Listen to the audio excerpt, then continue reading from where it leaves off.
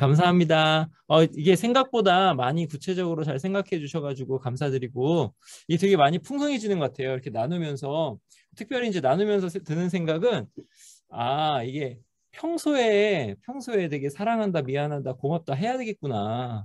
이런 생각도 좀 많이 들었고, 그 죽으면 하고 싶은 말들을 평소에 이렇게 잘 해주면서 그 아이들이 또 그런 신앙 교육을 좀 받기를 해야 되겠구나. 저는 또 그런 생각도 좀 들었습니다. 네, 그러면은 저는 어떻게 했냐면 여기 보시면 할아버지의 임종 이렇게 돼 있잖아요. 할아버지의 임종. 그래서 그 할아버지의 임종이 저한테는 되게 어떤 메시지 같이 좀 보였어요. 저 할아버지 때 제가 임종을 지켰는데 그 돌아가실 때 온 가족이 이렇게 다 방 안에 이렇게 딱 둘러 앉아가지고 할아버지가 평안하게 이렇게 숨을 거두실 수 있도록 찬송을 막 열심히 불렀거든요. 그 찬송을 부르고 할아버지가 그 찬송을 들으시면서 평안하게 이렇게 가셨는데, 근데 이제 그 장면이랑 또 하나는 뭐냐면 할아버지가 그 거실에서 항상 그 책상 자리를 하고 앉으셔가지고 성경을 보시던 게 생각이 나요.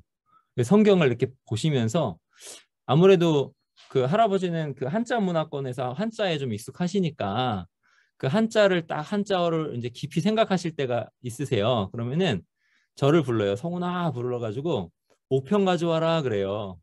그럼 제가 이제 옥편을 갖다 드려요. 그러면 그 성경 단어에 옥편을 이렇게 찾으셔요. 그래가지고 이제 성경을 보시는데 고백하시는 게 뭐냐면 1년에 한 10번 정도 이렇게 읽으신 것 같아요. 10번에서 15번 성경을 읽으셨는데 읽으면 읽을수록 그렇게 좋다고 하시더라고요. 이전에 이렇게 좋던 거, 지금 좋던 거 이렇게 좀 다르게 깨닫는다 이렇게 말씀을 하셔서 참 이게 할아버지의 임종 이게 굉장히 저한테는 뭐라 그럴까? 그 어떤 메시지 같아요. 그래서 나도 이렇게 임종을 맡고 싶다 이런 생각이 좀 많이 들고요. 그 다음에 저는 그 임종할 때 두 가지를 좀 생각해 봤는데 온 가족이 함께하는 임종이 되고 싶다. 이걸 이제 생각해 봤는데 우리 집사님 얘기 들어보니까 자면서 가는 것도 좋겠다. 이런 생각이 또 갑자기 또 생각이 좀 바뀌었어요.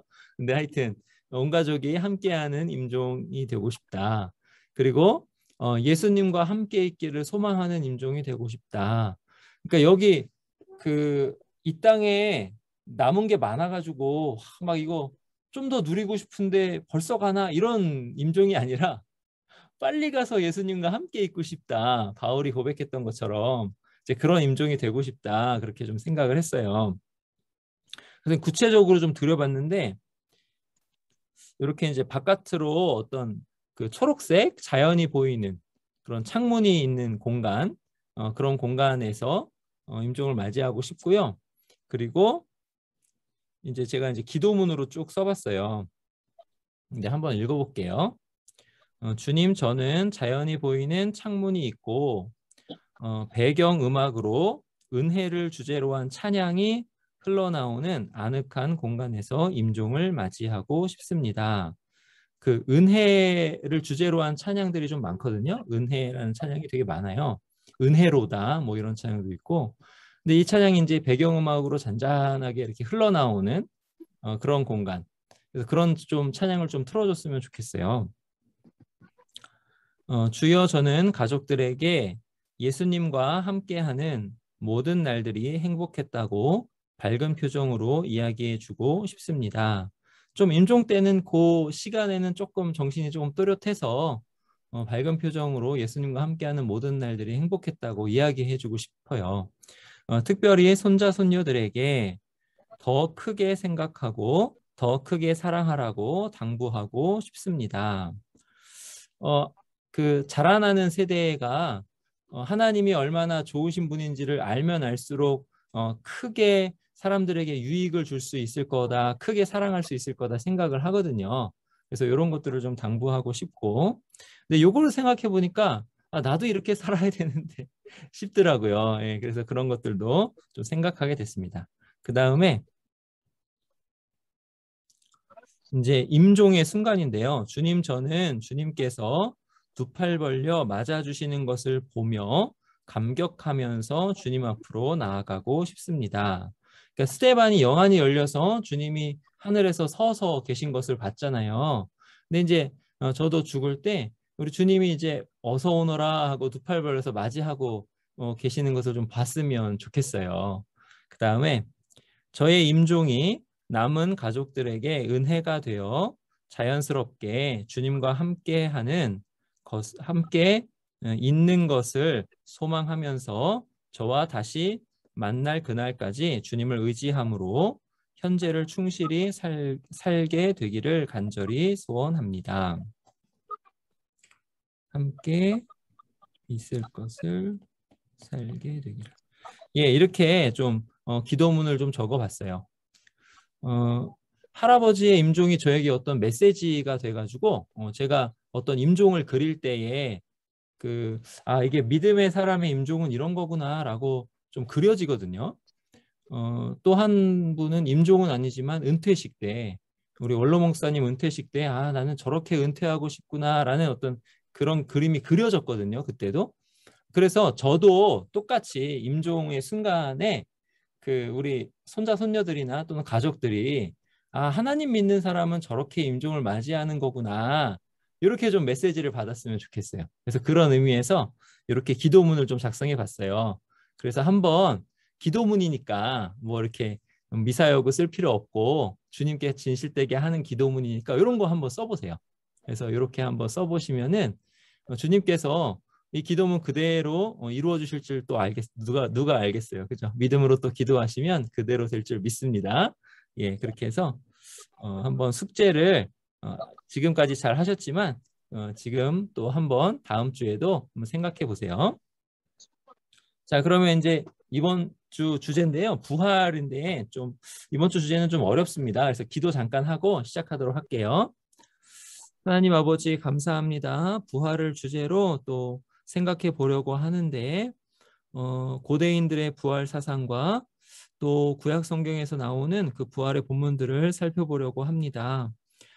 책이 좀 어렵게 쓰여 있어서 좀 어렵지만은 또 잘 설명할 수 있도록 은혜 내려주시고 이것들이 또 우리 마음에 소망으로 다가와서 우리가 부활을 소망하는 그런 시간 될 수 있도록 성령님 우리에게 깨달음을 주시옵소서. 예수님의 이름으로 기도하옵나이다. 아멘. 네, 그러면은 잠깐만요. 제가 혹시 네, 음소거 하겠습니다. 네. 네, 그러면은 시작하도록 하겠습니다. 이 책에 죽음과 내세의 성경신학 이 책에 고대 세계와 구약 성경, 고대 세계와 구약 성경의 부활 주제에 대해서 이렇게 지금 여러 가지가 나와요. 처음에는 처음 서두를 톰 라이트라는 사람이 이야기한 것으로 시작하고 그 다음에 이집트와 가나안 사람들은 어떤 부활 관념을 가지고 있었는가를 이야기해요.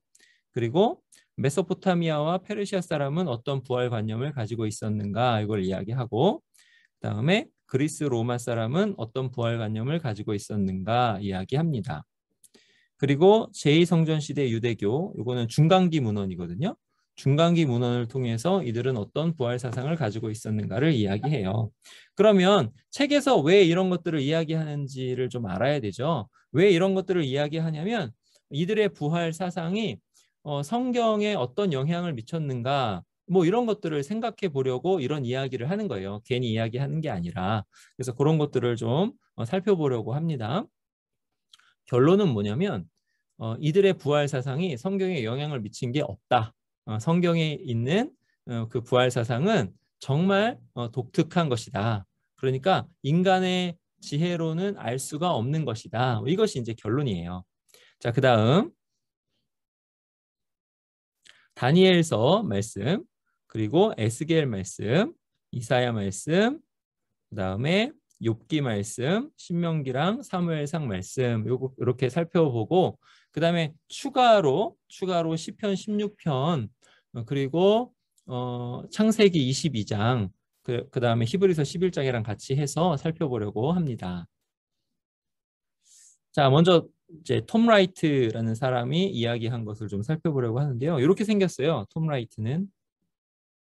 근데 좀 논란이 있는 신학자입니다. 이 사람은 바울에 대한 새 관점 학파에 속하는 사람인데요. 어떻게 보면은 그 그리스도의 대속, 그리스도의 의가 우리에게 전가되는 것을 부인하는 듯한 발언을 조금 해요. 그래가지고 칭의론에 있어서는 우리 그러니까는 그거를 이제 개혁파라고 하기도 하고 장로교 신학이라고도 하는 우리 편에 있어서는 조금 위험하게 바라보고 있는 신학자예요.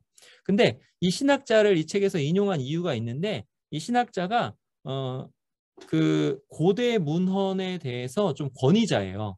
그래서 고대 문헌을 쭉 읽고 그 고대 문헌에서 좀 이렇게 고대 문헌이 이야기하고 있다라고 말할 때 그것의 권위를 조금 인정해주는 의미에서 그렇게 이 사람을 인용한 것 같아요. 톰 라이트가 뭐라고 했느냐? 두 단계 이야기, 두 단계 이야기를 톰 라이트가 말했는데요. 볼게요. 부활은 죽음 상태로 있는 중간 기간을 거친 다음에 일어날 것이다. 이게 오타가 맞네요. 중간 상태로 있는 중간 기간을 거친 다음에 일어날 것이다. 그러니까 요게 첫 번째가 중간 상태인 거고요. 그다음에 두 번째가 부활인 거죠. 그러니까 단계가 이렇게 있다는 거예요. 한 단계 이야기를 전하는 본문은 그러니까 한 단계 이야기는 뭐냐면 부활이 뭐 즉시 뭐 일어난다거나 아니면 부활은 필요 없다거나 뭐 이런 식이라는 거죠, 다. 그래서 한 단계 이야기예요. 한 번에 딱 끝나는 거. 이걸 전하는 본문은 부활에 대해서는 전혀 말하지 않는다라고 이야기합니다. 근데 지금 여기 보면은 고대인들 톰 라이트가 이 저작들의 그 권위자라고 그랬죠. 고대인들 특별히 신구약 중간기의 저작에서 부활은 반드시 두 단계의 이야기를 거친다. 그러면은 이 사람들이 부활을 이야기할 때는 항상 두 단계를 이야기한다는 거죠. 첫 번째 단계는 육체를 벗는 단계. 두 번째 단계는 육체를 다시 입는 단계. 벗는 단계와 육체를 다시 입는 단계. 이렇게 두 단계를 이야기한다라고 톰 라이트가 이야기합니다. 그러면 이제 요것이 쭉 이렇게 해가지고 이제 고대인들은 어떻게 부활을 생각하는가에 대해서 책에 쭉 나와 있죠. 이집트와 가나안 사람들은 부활 사상이 없어요. 특별한 부활 사상이 없어요.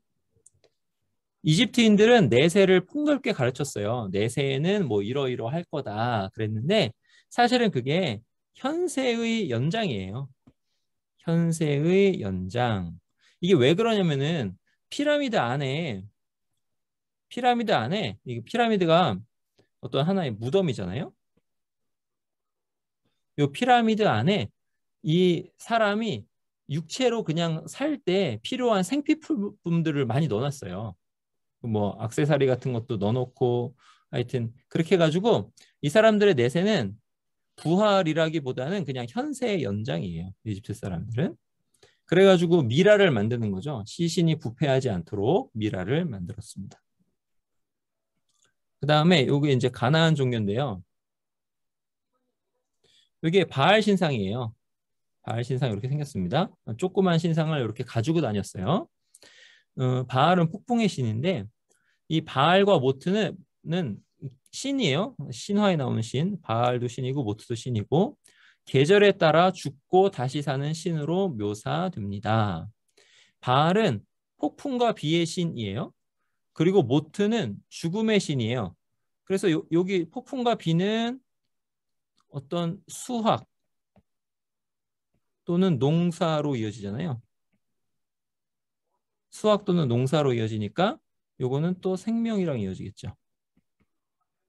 근데 모트는 특별히 건기를 주관한다고 그래요. 그러니까 죽음의 신이거든요. 죽음의 신. 근데 건기는 언제냐 하면 건기 요 계절이죠. 계절. 요 건기는 언제냐면 바알이 모트에 의해서 죽임을 당할 때가 건기예요. 이렇게 이제 이야기합니다. 그리고 죽임을 당할 때마다 그의 누이이자 사랑의 여신, 사랑과 전쟁의 여신 아나트에 의해서 부활한다고 이렇게 이제 가르치는 건데, 근데 이 부활은 그냥 몸의 부활 또는 뭐 영혼과 육체가 만나는 부활, 영적 몸으로의 부활 이런 게 아니라는 거죠. 전혀 이런 게 아니라 그저 계절의 순환을 설명하는 이야기라는 거죠. 부활과는 전혀 상관이 없습니다. 그러니까 이렇게 논의를 전개하는 이유는 뭐냐면 이 성경이 뭐 고대의 어떤 사람들의 생각들에 의해서 영향을 받아서 쓰였다라고 하는 사람들이 있기 때문에 이렇게 조금 논증을 하면서 상관이 없다, 상관이 없다 이렇게 하는 거예요. 자, 그다음 메소포타미아와 페르시아 여기 둘 다 별로 상관이 없어요. 근데 단 이 조로아스터교를 배화교라고도 하거든요. 요 화가 불이에요, 불. 불을 섬기는 종교. 네, 조로아스터교. 뭐 차라스투라는 이야기했다 할 때 그 차라스투라가 조로아스터도 하고요. 이렇게 생겼나 봐요. 근데 조로아스터교에서는 이렇게 이야기합니다. 사람이 죽고 사흘이 되면 영혼은 신성한 산으로 올라가고 거기서 영혼의 이전 생각들과 행위들을 저울에 단다. 요거 이슬람이랑도 비슷하죠. 그래서 이제 사람들이 이슬람을 기독교 이단이다 이렇게 이제 이야기합니다. 그 기원을 따지고 올라가면 훨씬 더 기독교가 오래됐고요. 이슬람이 그 후대에 나온 거예요. 근데 이 부분은 이슬람이랑 비슷해요. 이슬람이 아마도 가져간 것 같아요. 잘 모릅니다. 또 이슬람 잘 아시는 분이 이제 그거 아니라고 할지도 모르니까 잘 모르지만 하여튼 비슷합니다. 선이 우세하면 악이 이렇게 되고 또 악이 우세하면 저렇게 되고 이건 이제 충분히 책에 나오는데 그냥 이거는 봐도 알겠죠. 선이 우세하면 좋은 데로 가고 악이 우세하면 어, 고통받는 데로 가고 그렇게 되겠죠. 그 다음에 세상이 끝날 때에 전체 육체 부활과 근데 여기 보시면 여기에 저울에 다는 게 이제 심판이잖아요. 심판이 먼저 있고 그 다음에 세상이 끝날 때에 전체 육체 부활이 있어요. 부활이 이제 뒤에 있는 거죠. 최후의 심판이 있게 된다. 이제 선한 자는 영원한 지복을 누리고 악한 자는 완전히 멸망한다. 이게 이제 조로아스터교의 교리입니다. 조로아스터교는 어디서 믿었냐? 페르시아에서 믿었습니다. 그리고 유대인들이 고레스에 의해서 이렇게 해방되기 전에 있었던 나라가 페르시아예요. 그래서 유대인들이 페르시아의 사상에 영향을 받은 것 아니냐, 뭐 이렇게 이제 이야기하는 학자들이 있다는 거죠. 그런 종교학자들이. 근데 그것도 아니라는 거죠. 왜냐하면 성경은 뭐라고 그러냐면 최후의 심판은 언제 있어요? 부활 이후에 있어요. 그러니까 우리가 죽으면 낙원으로 가고 또 음부로 가고 여기서 음부는 좁은 의미의 음부예요. 그때도 말씀드렸듯이 스월 또는 음부는 죽은 자들의 영역이라고 했죠. 죽은 자들의 영역이 스월이랑 음부예요. 여기서 이제 요것이 낙원과 음부로 또 나눠진다고 그랬죠. 낙원에서는 주님과 함께 있고 음부에서는 고통을 당하고.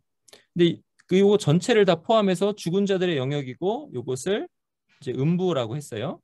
근데 우리가 죽으면 그냥 임시적이라고 해도 되나? 잠정적이라고 해도 되나? 하여튼 그런 식으로 음부로 가요. 그러니까는 낙원으로 가거나 음부로 가거나 이렇게 돼요. 그러니까는 죽은 자들의 영역으로 가죠. 근데 거기 그때까지는 심판은 없어요. 최후의 심판은. 근데 최후의 심판은 언제 있냐면 예수 그리스도께서 재림하셔서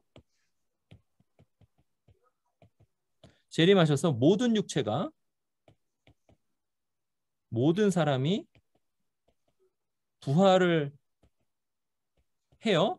그 다음에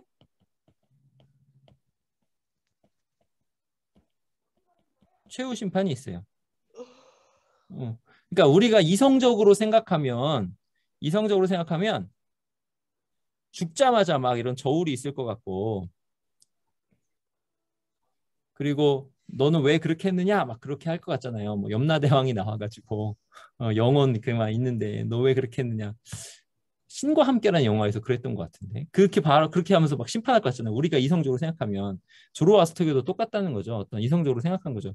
근데 성경은 그렇지 않다. 성경은 부활이 먼저 있고 그 다음에 최후의 심판이 부활이 먼저 있고 최후의 심판이 나중에 있다. 이렇게 가르칩니다.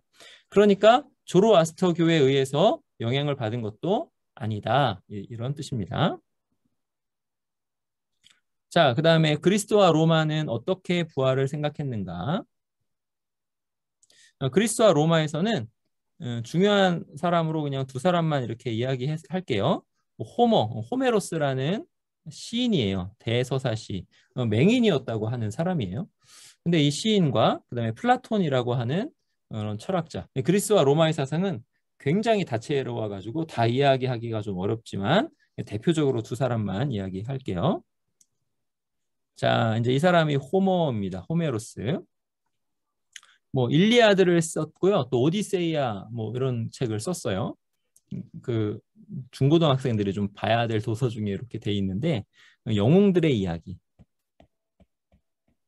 근데 그리스 로마에서 왜 영웅들의 이야기를 썼다라고 했죠? 제가 지난 시간에 저번에 한번 말씀드린 것 같은데 이 영웅이 불멸과 연결이 돼서 영웅들의 이야기를 이들이 자꾸 써요.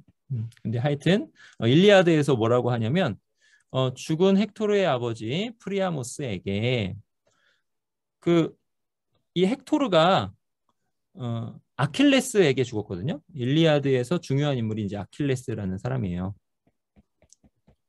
고대의 유명한 전사라고 그 알려진 사람입니다. 되게 유명한 영웅이에요. 이 헥토르가 아킬레스에게 죽임을 당했는데 이 프리아모스가 그 아킬레스에게 와가지고 그 시신을 훼손하지 말고 자기에게 달라고 이제 그렇게 지금 애원하는 그런 장면이에요. 그때 아킬레스가 뭐라고 그러냐면 슬퍼하는 것은 조금도 도움이 안 되네. 그대가 죽는다 해도 다시 살려낼 수 없을 것이네. 그러니까 죽음에 대해서 부활에 대해서는 전혀 관념이 없는 거죠. 자, 그다음 여기 보시면 이 사람은 플라톤입니다. 플라톤의 상을 이렇게 이제 해놨는데 플라톤은 뭐라고 그러냐면 죽음은 불멸의 영혼이 자 영혼은 불멸 영혼에는 또 선을 돌려요. 불멸의 영혼이 그동안 갇혀 있었던 몸 이게 몸을 뭐라고 하면 감옥 같은 거라고 이제 생각하는 거예요. 악한 것 벗어나서 해방되는 것이다. 근데 부활은 뭐예요? 부활은 뭐냐면 이 몸을 입는 거잖아요. 그러면 몸을 어떻게 이들에게 있어서 몸은 뭐냐면 감옥이자 악이잖아요. 그러면은 몸을 다시 입는다라고 할 때 이들이 그럴 필요가 뭐 있냐 이렇게 이제 대답한다는 거죠. 그리고 이들에게 영혼의 윤회 사상이 있는데 영혼의 윤회 사상. 근데 이 궁극적 목표는 뭐냐면 영혼의 윤회에서 궁극적 목표는 뭐냐면 이 순환에서 벗어나는 것이다. 이렇게 돼요. 영혼의 윤회의 목적은 벗어나는 것. 여러분 불교랑 비슷하죠. 불교는 어떤 종교라기보다는 어떤 철학이에요. 굉장히 불교는 철학적입니다. 근데 이게 우리나라에 와서 독특하게 샤머니즘과 이렇게 합해져 가지고 어떻게 좀 종교적인 색채를 띄었어요. 근데 이제 제가 그 다른 나라들을 보니까 카톨릭이 쫙 전해져 가지고 거기에 있는 토속 종교랑 이렇게 합해져 가지고 좀 샤머니즘적인 종교가 되는데 이때도 그랬던 것 같아요. 불교도 그런데 불교는 어떻게 보면 하나의 철학 체계입니다. 윤회 사상이 그리스에도 있었고 윤회에서 벗어나는 것이 궁극적인 목표지 이 몸을 다시 입는 것 이런 부활 사상은 없다는 거죠. 이들은. 자, 그다음 그러면 제2성전시대 유대교는 어땠는가? 제2성전시대 유대교. 여기 제2성전시대는 포로 귀환 시대인 거 아시죠? 포로 귀환 시대. 포로로부터 귀환해서 성전을 짓잖아요. 에스라, 느헤미야 이렇게 나오는 그 성경책들, 학계 뭐 이렇게 나오는 성경책들. 제2성전시대의 유대교. 거기는 이제 부활을 믿는 믿음이 있다는 거예요. 특별히 이제 말라기 이후에 400년 동안 어떤 하나님이 보내신 어떤 선지자를 통한 성경 기록은 없지만 중간기 문헌이라는 게 있어요. 그러니까 신약과 구약과 신약 사이에 여러 이렇게 경전 비슷하게 문헌들이 있거든요. 그런 중간기 문헌들을 좀 살펴보자. 이들은 부활에 대해서 어떻게 생각했는가 이런 거예요. 자, 여기 이제 이게 마카비 전쟁에서 마카비를 이야기하는 건데 이 마카비가 그 에피파네스 안티오쿠스 에피파네스 4세인 것 같아요. 이제 그에게서 성전을 탈환해가지고 성전을 깨끗하게 했어요. 수전절이라고 하나 이렇게 하여튼 성전을 깨끗하게 한 그래서 그걸 절기로 지켰거든요. 이게 이제 신약 성경에 나오는데 그 성전을 깨끗하게 했을 때 그 깨끗하게 한 의미가 뭐냐면은 그 안티오쿠스 에피파네스 4세가 성전을 굉장히 회파하고 막 돼지고기 먹으라 그러고 돼지를 제물로 드리고 그랬어요. 그거는 유대인들에게서는 있을 수 없는 일이거든요. 근데 그것을 그 세력을 몰아내고 성전을 깨끗하게 했어요. 그런데 그 전쟁을 벌인 그 사람들이 미약하죠. 사실 유대 나라가 미약하죠. 그러니까 언제든지 외세로부터 다시 침략을 받아서 죽을 수 있는 그런 상황인 거죠. 굉장히 강대한 나라에게 그렇게 했으니까.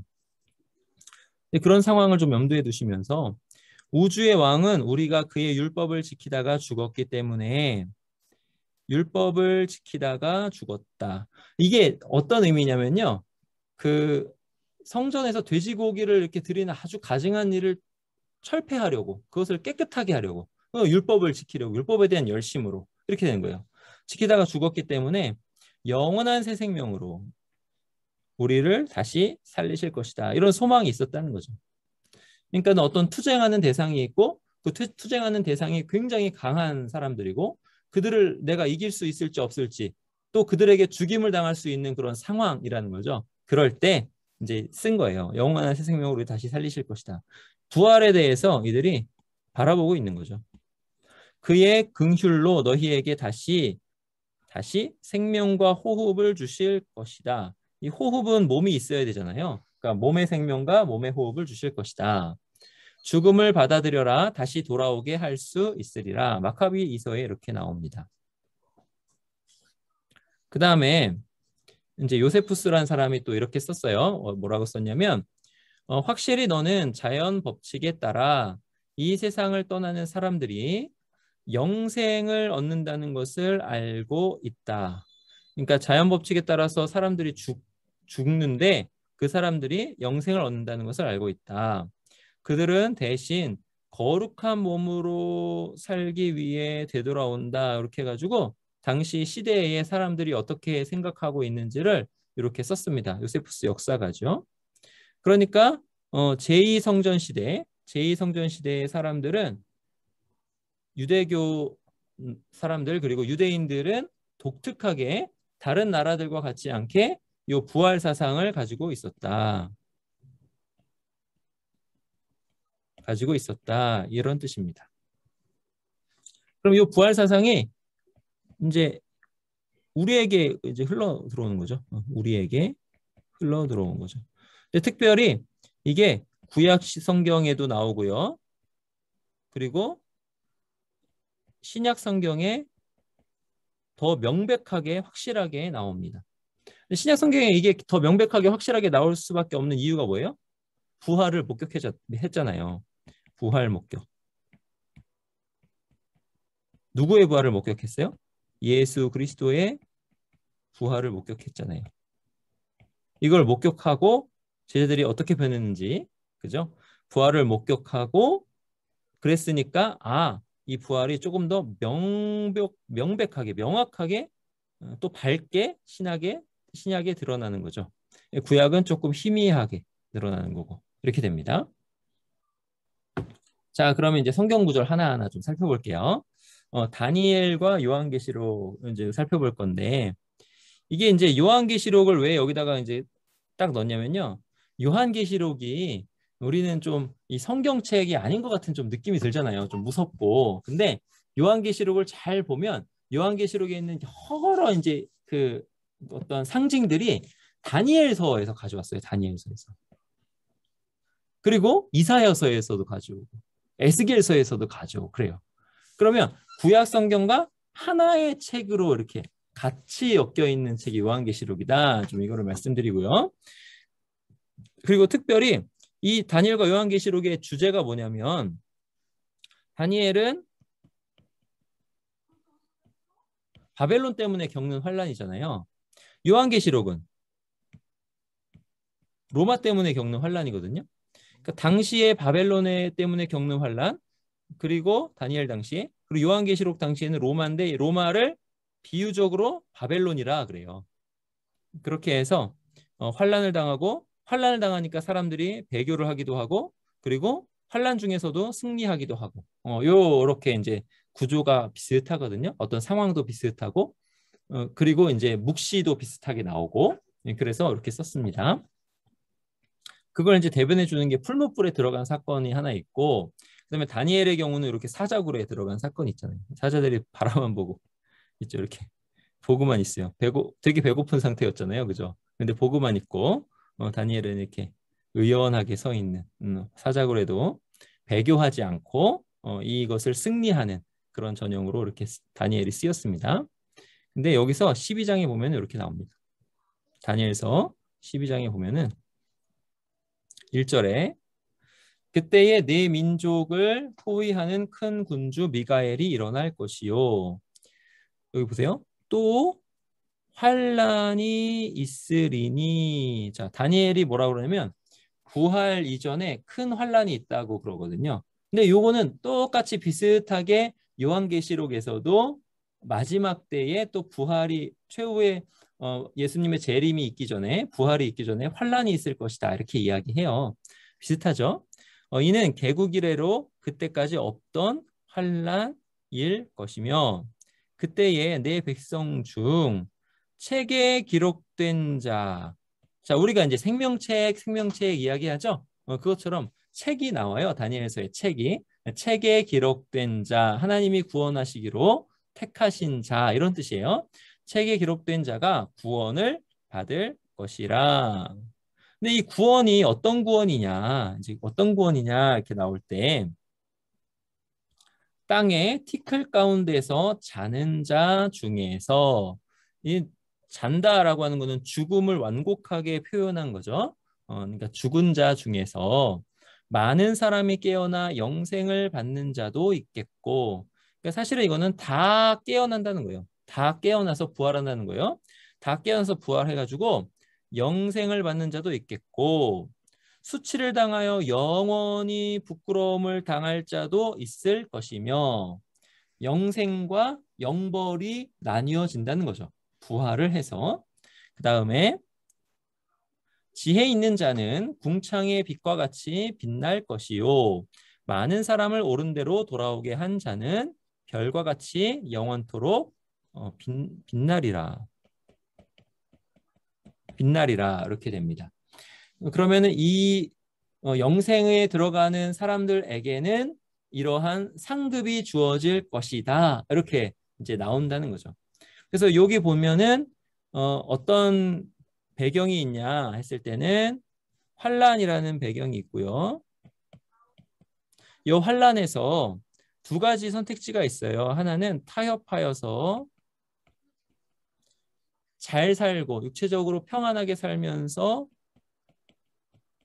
배교할 것이냐. 이게 한 가지예요. 두 번째는 환란에 고통당하면서 승리할 것이냐. 이런 두 가지 선택지가 있는 거죠. 그럼 요때는 그 교회가 다니엘서의 교회는 누구에게? 바벨론에게 핍박을 당하고 환난을 당했다. 이렇게 되는 거죠. 그러면 동일하게 지금 교회도 어떻게 보면 세상에게 이러한 것을 당하는데 유혹도 당하고 어떤 유혹이에요? 타협의 유혹이겠죠. 유혹도 당하고 그 중에서는 배교하는 사람도 있고. 근데 이제 요한 일서에 보면은 우리에게서 나갔는데 우리에게 속하지 아니하였다면서 그 사람들은 원래부터 택자들이 아니다. 뭐 이렇게 이야기합니다. 이런 교리는 또 어떤 그 교리 시간에 또 정리를 하셔야 되는 거고 하여튼 타협하고 배교하는 사람도 있고 그중에 진짜 택자들 그들은 고통당하지만 승리할 것이고 근데 이들은 아니고 이들이 바라보는 것은 이런 상급을 바라보는 거죠. 이런 상급. 고통당하지만은 지혜 있는 자는 궁창의 빛과 같이 빛날 것이요. 많은 사람을 옳은 대로 돌아오게 한 자는 별과 같이 영원토록 빛나리라. 이러한 상급을 바라보면서 이 환란을 이겨낸다라는 거죠. 그러니까 이제 아까 마가비서랑 좀 비슷한 측면이 있죠. 자, 그다음 에스겔 37장에 보시겠습니다. 에스겔 37장. 지금 마른 뼈의 부활 사건이 나오는데요. 이게 이제 생기가 불어서 살아나리라. 뼈들이 이렇게 가득한 골짜기. 여기 이제 에스겔이 이제 서 있는 장면인데요. 자, 여기에 이제 부활이라는 것이 조금 비유적으로 나옵니다. 근데 이게 비유라고 할 때 비유는 부활이 전혀 만약에 없다. 부활이라는 게 아예 불가능하다 했을 때는 아무리 비유지만 이 비유가 우리에게 소망을 주겠느냐 이렇게 되면 부활이 없다면 이런 식의 논리를 전개하는 거죠. 그래서 이것이 비유적으로 말씀하였지만 부활을 가정을 하고 있다. 그래서 부활이 있다는 것이 여기에서도 어렴풋이 드러난다. 뭐 이 소리를 하고 있습니다. 자, 그럼 본문을 한번 살펴볼게요. 여호와께서 권능으로 내게 임재하시고 그의 영으로 나를 데리고 가서 골짜기 가운데에 두셨는데 골짜기 가운데에 두셨는데 나를 그 뼈 사방으로 두셨는데 거기 뼈가 가득하더라 이렇게 했죠. 뼈가 나를 그 뼈 사방으로 지나가게 하시기로 본즉 봤어요. 그 골짜기 지면에 뼈가 심이 많고 아주 많아요. 근데 아주 말랐더라. 그러니까 바짝 말랐다. 뼈가 바짝 말랐다. 뼈가 바짝 말랐다는 것은 죽은 지 아주 오래 되었다라는 뜻이죠. 이에 내가 명령을 따라 대언하니 그러니까 이제 앞에는 좀 생략했는데 하나님께서 뭐 살아나라 하라고 하고 생기에 대해서 대언하라라고 해요. 이제 여기 보시면은 대언 여기서 보시면 이 하나님 말씀을 뜻하죠. 그러면 이게 이제 비유적으로는 뭘 뜻하냐면 거듭남을 뜻해요. 그리고 요거를 요한계시록은 뭐라고 하냐면 첫째 부활이라고 해요. 거듭난 사람만 하나님 나라에 들어갈 수 있습니다. 이 말은 뭐냐면 거듭난 사람만 부활할 수 있어요. 엄밀한 의미에서의 부활. 요거는 어떤 영적 부활이에요. 근데 하여튼 엄밀한 의미에서의 부활을 할 수 있어요. 근데 이 거듭나려면 어떻게 해야 되는가 하면 대언을 받아야 돼요. 말씀으로 거듭나는 거예요. 근데 이 말씀과 함께 어떻게 되냐면 말씀과 함께 보세요. 생기가 작용해야 돼요. 생기는 이게 성령님을 뜻합니다. 성령님을 뜻하는 루아흐랑 같은 단어예요. 그래서 말씀과 성령님이 함께 역사하셔야 우리가 거듭날 수 있습니다. 그래서 요 말씀의 원래 의미는 그거예요. 그건데 이 말씀을 가지고 부활 사상이 어떻게 어렴풋이 드러났는가 그걸 이제 가르쳐 주는 거죠. 그래서 여기 보시면은 내가 또 보니 대언할 때에 소리가 나고 움직이며 이 뼈 저 뼈가 들어맞아 뼈들이 서로 연결되더라. 잠깐만요. 네, 내가 또 보니 그 뼈에 힘줄이 생기고 살이 오르며 그 위에 가죽이 덮이나 그 속에 생기는 없더라. 이렇게 되죠. 자, 이 상태는 어떤 상태냐면 살았나? 죽어 있나? 애매한 상태예요. 그러니까는 이렇게 몸은 있는데 살아있는 것도 움직이기도 하는데 이게 이제 뭐 생기가 없으니까 살았나 죽었나 애매한 상태죠. 자, 이런 상태에서 어떻게 되냐면 또 내게 이르시되 인자야 너는 생기를 향하여 대언하라. 여기 또 대언 나오죠. 말씀. 그리고 이제 생기, 성령. 이렇게 대언하라. 생기에게 대언하여 이르기를 주 여호와께서 이같이 말씀하시기를 생기야 사방에서부터 와서 이 죽음을 당한 자에게 불어서 보세요. 사방에서 불어서 뭐가 생각나세요? 오순절, 성령 강림. 이때 어떻게 돼 있어요? 급하고 강한 바람 소리. 기억나시죠? 급하고 강한 바람 소리. 성령님께서 각 사람에게 임하여 방언을 따라 말하게 하시는 그런 역사. 급하고 강한 바람 소리. 그때랑 이렇게 비슷하죠? 자, 이에 내가 그 명령대로 대언하였더니 그러니까 말씀을 들어야 부활이 됩니다. 그러니까 거듭나는 것이 있습니다. 대언하였더니 생기가 그들에게 들어가매. 자, 요 대언 말씀과 성령께서 같이 일하셔요. 들어가매 그들이 곧 살아나서 비로소 살아났다 그러죠. 살아나서 일어나서는데 극히 큰 군대더라. 이게 되게 중요해요.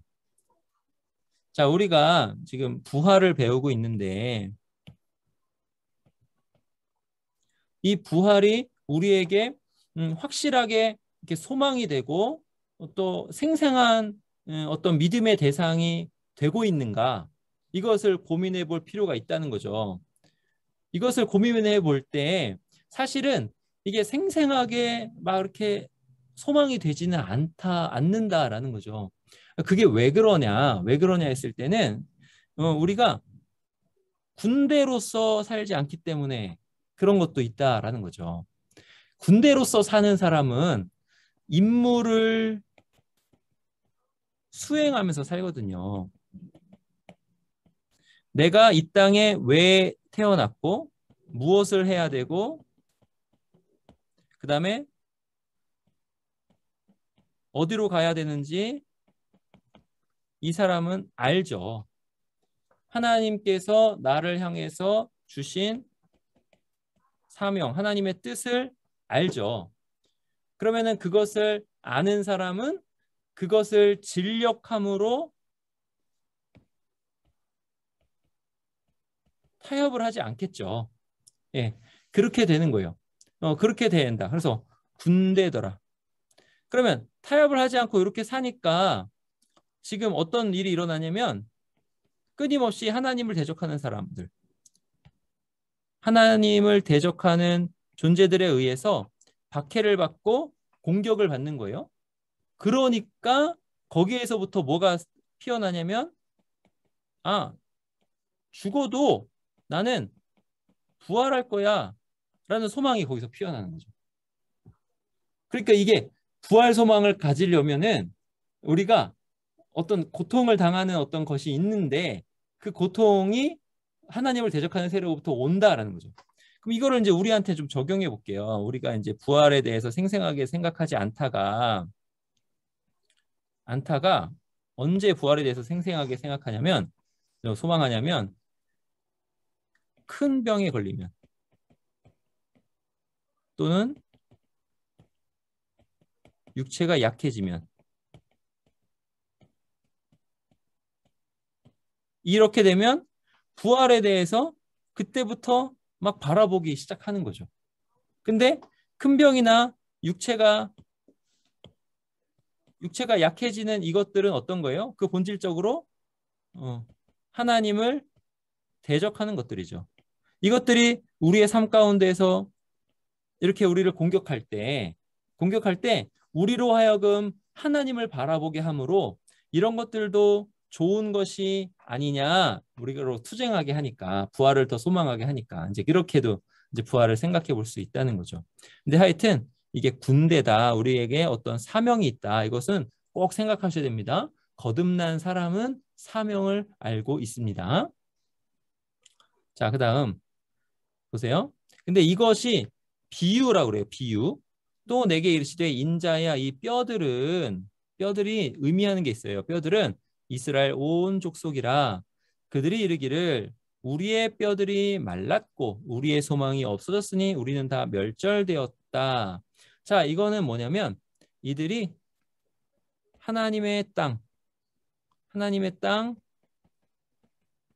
가나안으로부터 쫓겨나서,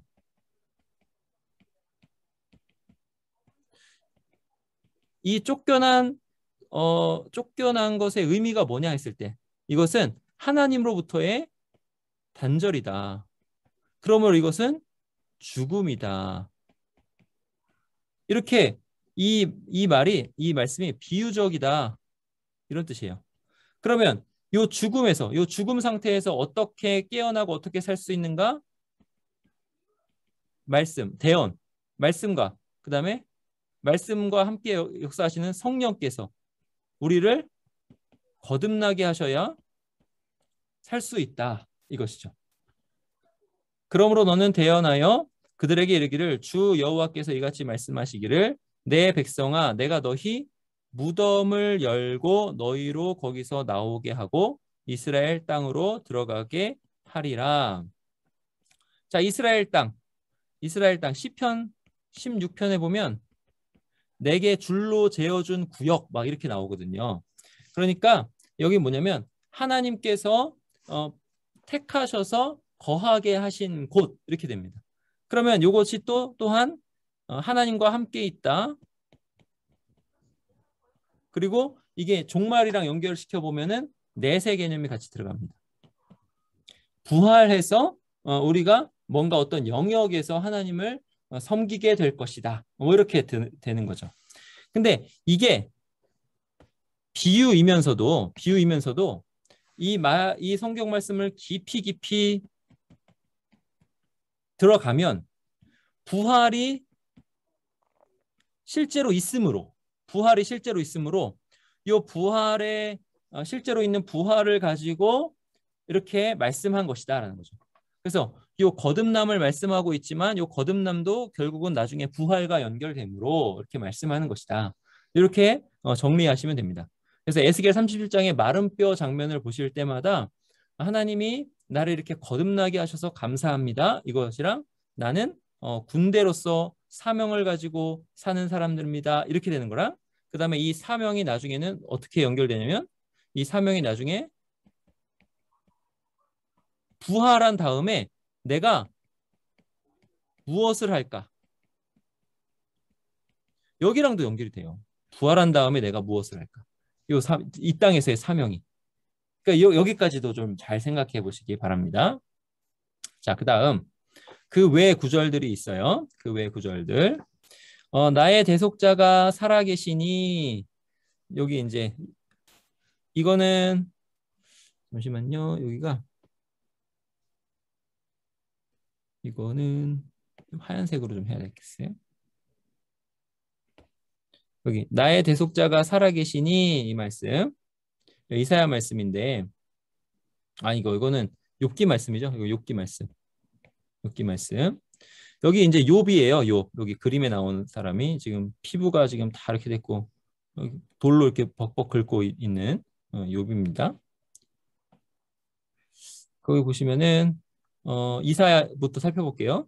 주의 죽은 자들은 살아나고 그들의 시체들은 일어나리이다. 티끌에 누운 자들아, 너희는 깨어 노래하라. 주의 이슬은 빛난 이슬이니 땅이 죽은 자들을 내놓으리로다. 이 죽은 자들은 레파임인데요. 레파임 지난번에 설명드린 것 같아요. 어떤 죽은 자들, 망령들, 죽음의 영역에 속한 사람, 죽음의 영역에 속한 영들 이런 뜻이에요. 근데 이들을 땅에 내놓고 깬다 이렇게 나와요.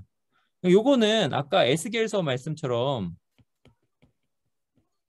민족적인 것을 이야기하겠죠. 민족적인 거. 이스라엘 민족을 향한 것이다. 근데 꼭 이스라엘 민족을 향한 것이라고만 할 수 없이 개인의 부활도 담고 있다. 이렇게 됩니다. 개인의 부활도 담고 있다. 하여튼 구약 성경에도 부활 사상이 나온다.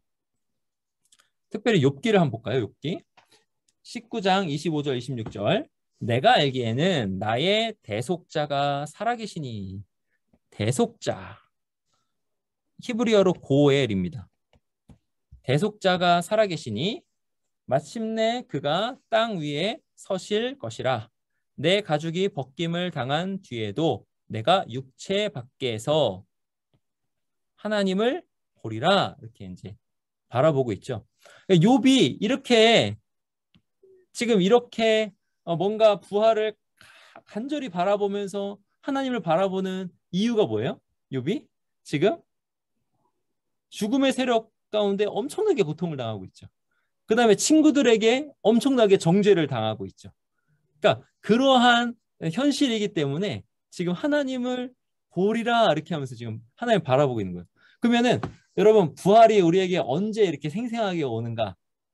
뭔가 고통당할 때 그때 부활의 믿음이 생생하게 일어나야 됩니다. 그것을 위해서 좀 기도하세요. 이렇게 이제 욥이 이야기했는데 여기 대속자가 고엘인데요. 대속자가 무슨 뜻인지 한번 볼게요. 대속자는 기업 물을 자 또는 속량해 주는 자라고도 번역이 되는데 히브리어로는 고엘입니다. 대속자는 뭐 하는 사람이냐? 죽은 형제의 후손을 잇게 해주는 사람입니다. 죽은 형제의 후손을 잇게 해줘요. 이 후손,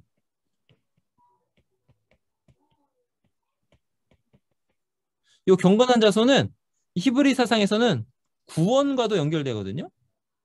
뭐 경건한 자손이 있으면 구원받는다 이런 뜻이 아니라 경건한 자손을 낳음으로써 메시아를 대망하는 거예요. 이들이 구원자를 바라보는 거거든요. 이렇게 출산을 하면서 그러니까 죽은 형제의 후손을 잇게 한다는 건 뭐냐면 이 죽은 형제가 자녀가 없이 죽는 어떤 그 뭐랄까 저주 같은 그러한 죽음을 죽지 않도록 해주는 사람이다. 이런 뜻이에요. 그러니까 고엘. 자, 그다음에 두 번째, 가난한 친척이 다른 가문에 판 땅을 물은다.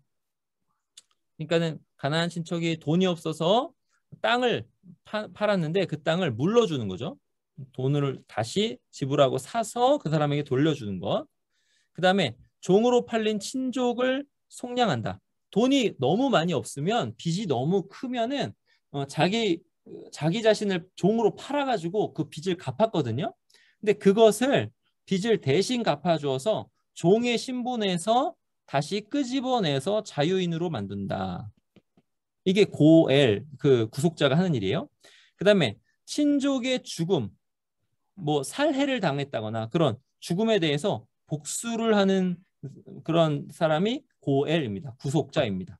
그러니까 지금 욥이 당하고 있는 이 고통, 지금 사탄으로부터 당하고 있는 이 여러 가지 그 고통에 대해서 주님께서 신원하여 주시고 복수하여 주시고 그것을 그를 사탄을 심판하여 주시고 뭐 이런 것들을 욥이 간절하게 바라보고 있는 거죠. 부활을 바라보면서. 여러분에게 부활 신앙이 이런 신앙이 되기를 바랍니다. 자, 그다음에 신명기 32장에 보면은 이제는 나 곧 내가 그인 줄 알라. 나 외에는 신이 없도다. 나는 죽이기도 하며 살리기도 하며 상하게도 하며 낫게도 하나니 이렇게 돼요. 그래서 하나님은 살리실 수도 있으신 분이다. 이렇게 됩니다. 살리실 수도 있으신 분이다. 자, 그 다음에 여기 똑같이 사무엘상에 보면 여호와는 죽이기도 하시고 살리기도 하시며 스올에 내리게도 하시고 거기서 올리기도 하시는 도다. 그러니까 하나님은 능히 부활시키실 수 있으신 분이다. 이렇게 나오는 거죠. 자, 그 다음 이제 시편 16편. 보겠습니다. 여기 시편 16편을 보시면 나의 모든 즐거움이 그들에게 있도다 이렇게 되는데 여기 보세요. 이게 다윗이 썼어요. 다윗이 하나님이여 나를 지켜주셔서 내가 주께 피하나이다. 내가 여호와께 아뢰되 주는 나의 주님이시오니 주 밖에는 나의 복이 없다 하였나이다. 이게 주 밖에는 나의 복이 없다. 우리 그 하나님을 굉장히 사랑하는 거예요. 하나님을 사랑하는 거. 그러니까 하나님을 사랑하는 게 내가 여호와를 항상 내 앞에 모심이요 이렇게까지 포함됩니다. 그리고 하나님을 사랑하고 이제 누구를 사랑하냐면 땅에 있는 성도들은 존귀한 자들이니 나의 모든 즐거움이 그들에게 있도다. 그들이 누구예요? 성도들. 그러니까 성도들을 사랑하고 여기에 뭐가 포함돼요? 하나님 사랑과 이웃 사랑이 포함되죠. 요 하나님 사랑과 요 이웃 사랑을 통해서 여기서 뭐가 나오냐면 우리의 사명이 나오는 거죠, 사실. 그래서 예수님은 하나님 사랑과 이웃 사랑으로 어떤 사명을 감당하셨어요? 대속제물이 되시고 제사장이 되셔서 십자가에 달려 죽으시는 그 사명을 감당하셨죠. 자, 그리고 8절을 보면 16편 8절 내가 여호와를 항상 내 앞에 모시며 하나님을 사랑하셔서 그렇게 한 거예요. 그가 나의 오른쪽에 계심으로 내가 흔들리지 아니하리로다. 근데 언제 어떻게까지 흔들리지 아니하냐면 죽음의 순간까지 흔들리지 않는 거예요. 이러므로 나의 마음이 기쁘고 나의 영도 즐거워하며 내 육체도 안전히 살리니. 자, 내 육체도 안전히 살리니가 나중에 사도행전에는 이렇게 번역돼요. 사도행전 2장에 육체도 희망에 거하리니. 이게 무슨 희망일까요? 부활 희망이죠. 육체도 희망에 거하리니. 자, 근데 이는 10절 이는 주께서 내 영혼을 수월에 버리지 아니하시며 주의 거룩한 자를 멸망시키지 않으실 것임이니이다. 자, 이거를 사도행전서에는 뭐라고 하냐면 다윗이 선지자이므로 그리스도께서 십자가에 죽으시고 부활하실 것을 미리 보았다. 그렇게 사도행전에서 이야기합니다. 그래서 주께서 생명의 길을 내게 보이시니 그러니까 스올에 버리지 않는 거죠. 부활하실 거죠. 보이시니 주의 앞에는 충만한 기쁨이 있고 주의 오른쪽에는 영원한 즐거움이 있나이다. 이렇게 시편에서 다윗이 썼는데 그것을 사도행전이 어떻게 해석하냐면 보세요. 이렇게 해석해요. 설교에서. 하나님께서 그를 사망의 고통에서 풀어 살리셨으니 이는 그가 예수님이에요. 사망에 매여 있을 수 없었음이라. 다윗이 그를 가리켜 이르되 내가 항상 내 앞에 계신 주를 배웠으며 우리가 계속 읽은 거예요. 나로 요동하지 않게 하기 위하여 그가 내 우편에 계시도다. 자, 아까 시편에서는 하나님을 내 앞에 항상 모심이여 이렇게 돼 있잖아요. 근데 하나님을 모시는 것은 또 무엇이 되냐면 하나님이 나와 함께 계시는 것이 되는 거예요. 하나님이 내 우편에 계신다. 이걸 또 믿으세요. 그러므로 내 마음이 기뻐하였고 내 혀도 즐거워했으며 육체도 희망에 거하리니 이거 무엇이 다른가 말씀드렸죠. 이는 내 영혼을 음부에 버리지 아니하며 여기 아까는 스올로 나왔는데 그래서 음부. 여기 스올은 히브리어고요. 여기 음부는 이제 하데스예요. 번역한 겁니다. 음부에 버리지 아니하시며 주의 거룩한 자로 썩음을 당하지 않게 하실 것이미로다. 인용한 거예요. 그다음 28절 주께서 생명의 길을 내게 보이셨으니 주 앞에서 내게 기쁨이 충만하게 하시리로다 하였으므로 형제들아 내가 조상 다윗에 대하여 담대히 말할 수 있노니 다윗이 죽어 장사되어 오늘까지 우리 중에 있도다. 다윗은 죽었지 않느냐? 그러면 16편에서 이야기하는 사람은 누구냐? 이렇게 되는 거예요. 누구냐? 그는 선지자라 하나님이 이미 맹세하사 그 자손 중에서 한 사람을 그 위에 앉게 하리라 하심을 알고 여기 보세요. 자손. 그러니까 자손을 낳으면서 구원을 바라보는 거예요. 구약의 성도들은. 자손을 낳으면서 메시아가 언제 오실까 하면서 구원을 바라보는 거예요. 근데 그 자손 중에서 한 사람을 바라본 거죠. 미리 본 거로. 선지자. 미리 본 거로. 그리스도의 부활을 말하되 그가 음부에 버림이 되지 않고 그의 육신이 썩음을 당하지 아니하리라 하더니 이 예수를 하나님이 살리신지라 우리가 다 이 일의 증인이로다. 이렇게 해서 시편 16편을 가지고 부활을 능력 있게 증언합니다. 그래서 부활에서 아주 중요한 본문이 시편 16편이에요. 그럼 구약에도 다윗은 부활을 바라보았다는 거죠. 근데 여러분 다윗만 부활을 바라보았나요? 짠, 여기 보시면은 아브라함도 부활을 바라봤어요. 아브라함. 자, 아브라함이 한 아주 유명한 말들이 많은데 이 말을 여러분 기억하세요. 우리가 돌아오리라. 아주 우리가 기억해야 될 유명한 말입니다. 아이와 함께 저기 가서 예배하고 우리가 너희에게로 돌아오리라. 이게 뭐가 이렇게 중요할까요? 자, 지금 이거 이렇게 하면서 지금 얘기하는 거예요. 그 이삭을 번제로 바치러 모리아산으로 갈 때 종 2명이랑 같이 갔거든요. 근데 종 2명은 이제 남겨놨어요. 이렇게 딱 남겨두고 이삭에게 요 번제할 때 쓰는 그 장작이랄까 이게 막 이거를 이렇게 매게 하고 이제 산을 올라가는 거예요. 산을 올라가요? 둘이에요. 둘인데 산을 올라가고 있어요. 그러면 이삭이 번제로 바쳐지잖아요. 이삭이 번제로 이렇게 바쳐지면 이삭은 죽잖아요. 그럼 내려올 때는 몇 사람 내려와요? 그냥 상식적으로 한 사람이 내려와야 되잖아요. 근데 아브라함 뭐라 했다고요? 종 2명한테? 우리가 너에게로 돌아오리라고 했어요. 성경에 그대로 나옵니다. 보세요. 창세기 22장.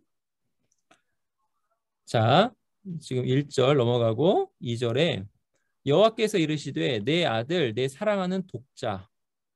이게 지금 하나님께서 독생자를 우리에게 십자가에 내어 주셨잖아요. 그러니까 아브라함은요 하나님의 친구 같이 되는 거예요. 그게 얼마나 하나님의 입장에서 고통스러운 일인지를 아브라함이 경험하는 거거든요. 백세에 낳은 아들, 모든 것. 게다가 이를 통해서 구원자가 나와야 되는데 이 아이들이 죽어야 되다니 하여튼 그런 거예요. 독자 이삭을 데리고 모리아 땅으로 가서 내가 네게 일러준 한 산 거기서 그를 번제로 드리라. 사실 여기가 이제 예루살렘으로 봅니다. 예수님의 십자가와 이렇게 쭉 연결이 돼요. 번제로 드리라. 그래서 그럽니다. 근데 여러분 번제는 뭐예요? 번제? 그냥 각을 떠가지고 내장은 다 씻고 다 더러운 거 다 씻고 각을 떠가지고 다 불태워서 이렇게 드리는 거예요. 근데 아브라함이 다 불태워가지고 뭐 남는 게 없어요. 다 이렇게 다 올라가가지고 이제 그런 이삭이 이제 그렇게 되는 거거든요. 그렇게 되는데 지금 뭘 바라보냐면 우리가 돌아온다 그래요. 우리가 돌아온다. 그러니까 아브라함이 되게 부활에 대해서 그냥 대충 믿은 게 아니에요.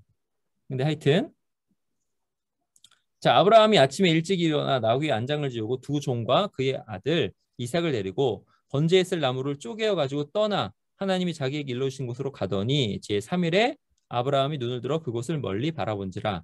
이에 아브라함이 종들에게 이르되 너희는 나귀와 함께 여기서 기다리라. 여기가 중요합니다. 내가 아이와 함께 저기 가서 예배하면 이제 이삭은 없어야 되는데 우리가 너희에게로 돌아오리라. 이렇게 고백한 거죠. 부활을 바라. 그거를 이제 히브리서에서 이렇게 해석합니다. 히브리서 11장. 자, 보세요. 그 외아들을 드렸죠. 그 외아들을 드렸는데 이게 어떤 의미냐? 네 자손. 여기 네 자손은 누구냐? 메시아예요, 메시아. 여자의 후손. 우리를 구원할 구원자. 구원자가 이삭으로 말미암으리라 약속을 받았어요. 그럼 약속을 받았으면 이삭은 살아야 돼요, 죽어야 돼요? 살아야 되잖아요. 근데 번제로 바치라 하시는 거잖아요. 그러면 결론은 뭐냐? 아브라함이에요. 그가 하나님이 능히 이삭을 죽은 자 가운데서 다시 살리실 줄로 생각한지라. 비유컨대 그를 죽은 자 가운데서 도로받은 것이니라. 아브라함의 믿음은 부활 믿음이에요. 부활 신앙. 근데 특별히 어떤 부활 신앙이냐면 여러분 번제로 드린 그 대상이 다시 살아난다라는 부활 신앙이에요. 그러니까 여러분 너무 걱정하지 않으셔도 됩니다. 우리는 화장으로 해도 되고요. 또는 매장으로 해도 돼요. 뭐 어떻게 돼도 우리는 그대로 부활하게 됩니다. 자, 하여튼 부활 신앙은 여기서도 나옵니다. 자, 그러면 이제 한 가지만 좀 살펴볼게요. 부활의 몸. 자, 우리가 부활한다고 그랬을 때 어떤 몸이 부활하는가 하는 거죠. 어떤 몸이 부활하는가. 자, 부활의 몸은 다시 창조된 그런 몸이 아니에요. 부활 때 살아날 몸은 우리가 현재 지니고 있는 바로 그 몸이다. 이게 중요합니다. 우리가 지금 이렇게 입고 있는 이 몸이에요. 이 몸. 아프리카 교회들에서는 이 육체의 부활을 믿나이다. 이렇게 고백했어요. 이 육체의 부활을 믿나이다. 그럼 여러분의 지금 몸이 얼마나 영광스러운 것이고 얼마나 소중한 것인가를 생각을 하셔야 돼요. 이 몸. 여러분의 몸을 정말 잘 대하셔야 돼요. 부활이란 바로 넘어진 것이 일어나는 것이요. 죽었던 것이 생명을 얻는 것이다. 그러니까 뭐냐면 넘어진 것 내 몸, 죽었던 것 내 몸이에요. 이게 생명을 얻는 거예요. 모든 행위가 육체와 영혼에 공통된 것이므로 둘 다 육체랑 영혼이 심판을 받는 거예요. 그 다음에 둘 다 형벌을 받거나 둘 다 영광의 면류관을 쓰거나 하는 것이 합당하죠. 그러니까 이 말은 뭐냐면 부활은 어떤 몸이 부활하냐? 악인은 악인의 몸으로 부활하고 자기 몸이었던 거. 의인은 의인의 몸으로 부활하고 자기 몸이었던 거. 근데 이 몸은 어떤 몸이냐 했을 때는 이 몸으로 그동안 살았던 여러 가지 행위가 같이 있는 몸이잖아요. 이 몸이라는 게. 여러분의 몸이 어떤 아우라를 풍기고 있다고요. 그 아우라를 풍기고 있는 그 몸. 그 몸은 여러분의 인생의 시간이 여기 몸에 쌓이면서 점점점 여러분의 얼굴도 바뀌고 몸도 그런 몸으로 바뀌는 거죠. 그럼 내가 몸으로 있을 때 이 몸을 어떻게 사용하느냐 하는 거죠. 근데 그게 뭐랑 연결된다고요? 부활이랑 연결돼요. 부활이랑. 내 몸이. 자, 그래서 이제 마지막으로 과제를 보면 생각해 봅시다. 부활 소망은 어려운 일을 당하는 사람에게 위로와 소망을 줍니다. 내가 두려워하는 것이나 당하는 어려움을 생각할 때 부활 소망은 나에게 어떤 위로를 주는지 생각해 보세요. 이제 아까 이제 예를 들어서 질병에 걸렸을 때 부활을 바라보면서 그것이 어떻게 위로가 되는가? 어떤 대적이 있고 우리를 박해하는 어떤 세력이 있다라고 했을 때는 부활을 바라면서 어떤 위로가 되는가? 그리고 더 나아가서 나는 지금 내 몸으로 하나님께 영광을 돌려야 되는데 그 영광을 돌린 것을 방해하고 자꾸 그런단 말이죠. 그럼 내가 부활을 바라보면서는 또 어떤 위로를 받을 수 있는가? 뭐 이런 것들을 한번 생각해 보세요. 자, 그러면은 기도하고 또 마치도록 하겠습니다. 하나님 아버지 감사합니다. 우리가 부활에 대해서 여러 가지를 생각해 보았는데 이 말씀 한 구절 한 구절이 우리에게 은혜가 되게 하여 주시고 우리가 부활을 소망으로 바라볼 때에 지금 우리가 가지고 있는 이 몸이 부활할 것을 믿고 이 몸으로 하는 모든 일에 주의하며 경건하게 몸을 사용할 수 있도록 도와주시고 특별히 다른 사람을 섬기는 일에 있어서 우리를 사용하여 주시옵소서. 감사드리고 예수님의 이름으로 기도하옵나이다. 아멘.